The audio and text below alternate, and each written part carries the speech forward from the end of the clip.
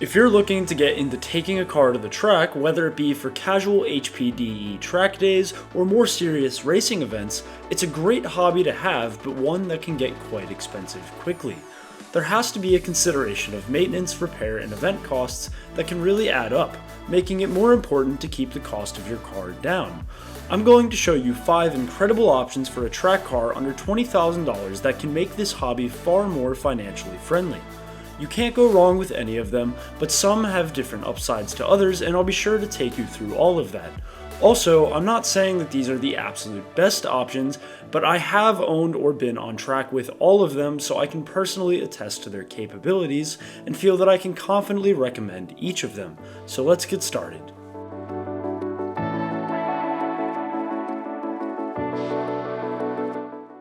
Starting out, we have the E46 BMW M3. I have this down at 5 because it can be quite a challenge to find one under $20,000, especially a coupe. It's doable, but they usually have about 100 to 120,000 miles. This will also leave minimal money left over for track modification. Getting to the positives though, the E46 M3 comes with a powerful inline-6 known as the S54 that also happens to be a nearly indestructible engine that can easily handle abuse. I liked the S54 enough to rank it at the top of my inline-6 engine tier list, with a defining feature being its special oil scavenger pumps used to prevent starvation under lateral load, which is a perfect match for a track car. The E46 M3 also revs up to 8,000 RPM, making the driving experience that much more engaging. To make this car a track weapon, it probably only needs racing brake fluid, some brake pads, a set of tires, and potentially an upgraded radiator. Underneath, the McPherson strut-style front suspension makes for a stiff handling car with sharp turn-in and good camber adjustment with the suspension compressed.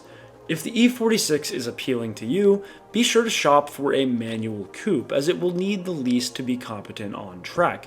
The convertibles are far easier to find, with many more of them listed on the market, but would require a roll bar to be allowed on track, which is usually an expensive and tedious install. As a whole, the E46 M3 is tremendously capable with minimal modification, but the heaviest downside is that you'll likely end up with a high mileage car that might need some work, but end up with only a little bit of your $20,000 budget left to do any of it. Next I have the ND Miata, but it's worth mentioning that you can get any of the 4 generations of Miata and have a great car. The compromise is that each Miata generation gets faster, but if you buy an older one, you'll have more room left over for modification.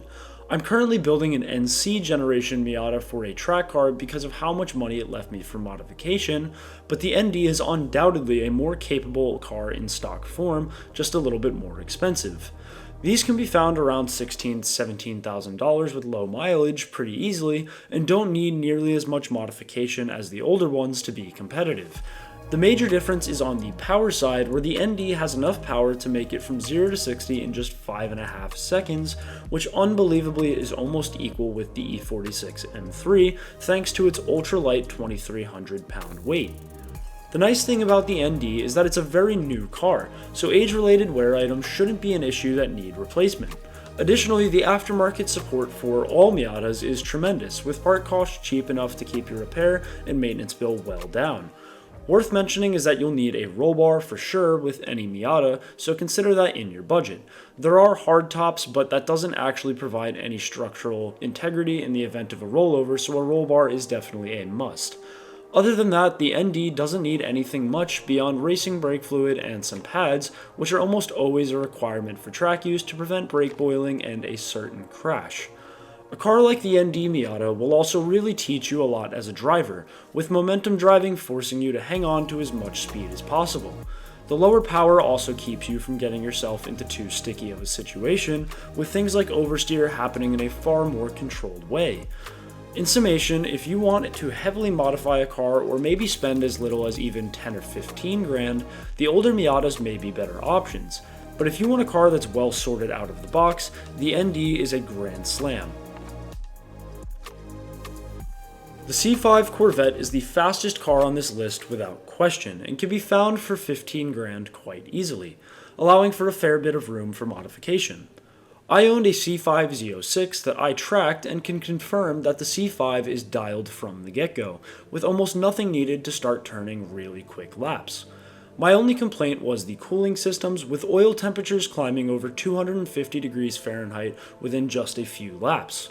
That said, a radiator upgrade might be necessary, and there are great aftermarket options available. The LS1 V8 under the hood will provide immense torque everywhere in the rev range and is known for its reliability while used in performance applications. The C5 is truly a fast car in a straight line and light enough at 3,200 pounds to hang around in the corners. I found that my Z06 was a little understeery from factory, but that did make the car a fair bit more stable and friendly to drive. Now, for why I have the C5 at third, there are two consequences of its capability. The first is more financial risk, as if you were to blow up an engine, you can quickly be out a lot of money, north of almost $5,000, depending on the usage of the LS engine that you would be replacing yours with. Take that in contrast to something like my NC Miata, where I could complete a 2.5 liter engine swap for less than $2,500 in the event that I blew my stock 2 liter engine. The other thing is that the power of the C5 may hinder your progress as a driver if you are new to the hobby, as any mistake made in the corners gets erased on the straights. A lower powered car will punish you more for going wide into a corner or taking a bad line and will force you to learn from the car quicker. A lower power car will also have a more approachable limit and be easier to correct, where something like the C5 can get sideways fast if you get too optimistic with your throttle application. Regardless, the C5 is a monster for the money, and with where they are currently priced, seems like a no-brainer to get maximum performance. The Subaru BRZ, Toyota GT86, and Scion FRS, also known as the triplets, are a phenomenal choice for a budget track car. This is another affordable, lightweight, naturally aspirated sports car that rips in a track setting. The great suspension geometry and low center of gravity, thanks to its flat boxer engine, make the BRZ handle turns like cars that cost 5 times as much. I owned and tracked one of these for over a year with nothing more than good tires, a Perrin oil cooler, Carbotech race pads and racing brake fluid, and hung around with cars well beyond the $20,000 budget. There was one track day in particular that I remember lapping a 2020 Mustang GT500 numerous times on a track that was highly handling oriented. The car just genuinely doesn't need much at all and works out of the box. In a track setting, the power is not really a problem either, and the engine sounds amazing at over 7,000 RPM. The fact that the BRZ has a Subaru engine might initially steer you away, but its lack of forced induction and conservative tuning have allowed many owners to reach over 200,000 miles with some track usage, proving the car's longevity. These cars have unfortunately risen a bit in price in recent years as enthusiasts realize what they have to offer, but can still be had well under $20,000, allowing plenty of room for modification and maintenance costs. As a side note, they can also be daily driven while seeing track use on weekends, which is exactly what I did for over a year with no issues. The coupe configuration also means that a roll bar won't be necessary for casual use, unlike any of the Miata options. For a road legal track car under $20,000, the BRZ takes my top vote. Worth mentioning is that although I am putting the BRZ above some of the Miata options, the reason that I personally switched from a BRZ to the NC Miata was lower overall costs, which certainly goes in favor of the Miata, as I bought mine for just $6,500. My top pick for a track car under $20,000 is the NB Spec Miata race car. You can find these under $20,000 regularly on websites like racingjunk.com and have yourself a full purpose-built race car with a roll cage, fire suppression system, and slick race tires that has already had all of the modification done for you and is ready to compete in a spec racing class. This is by far the best car under $20,000 to get yourself some serious seat time and get into actual wheel-to-wheel racing. The massive drawback, however, is that the Spec Miata is not street legal.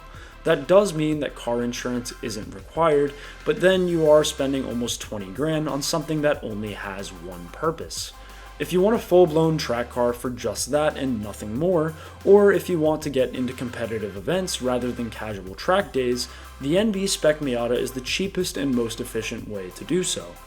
The NA Spec Miata is also fine and runs in the same class as the NB, but the MB seems to have a slight performance edge with the current regulations.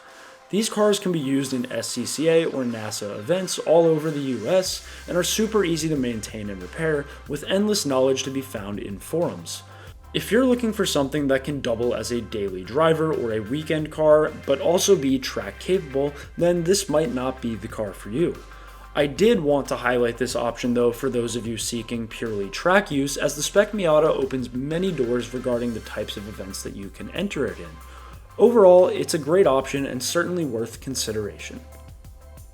So those are my suggestions for a few truly capable track cars that can be had under 20 grand, with some of them leaving a lot of room for modification as well. Each of them are quite different, with some boasting power like the C5 Corvette, and others like the BRZ more handling oriented and well-rounded. If you want to jump right into wheel-to-wheel racing, there's still a great option available for you in the Spec Miata class. With this wide range of options, hopefully one of them stuck out to you. You really can't go wrong with any of them, but one of them might be best for your particular needs. If you enjoyed the video, be sure to subscribe to the channel, and if you're interested in seeing what building a track car looks like, check out my current NC Miata build series. Thanks for watching and have a great day.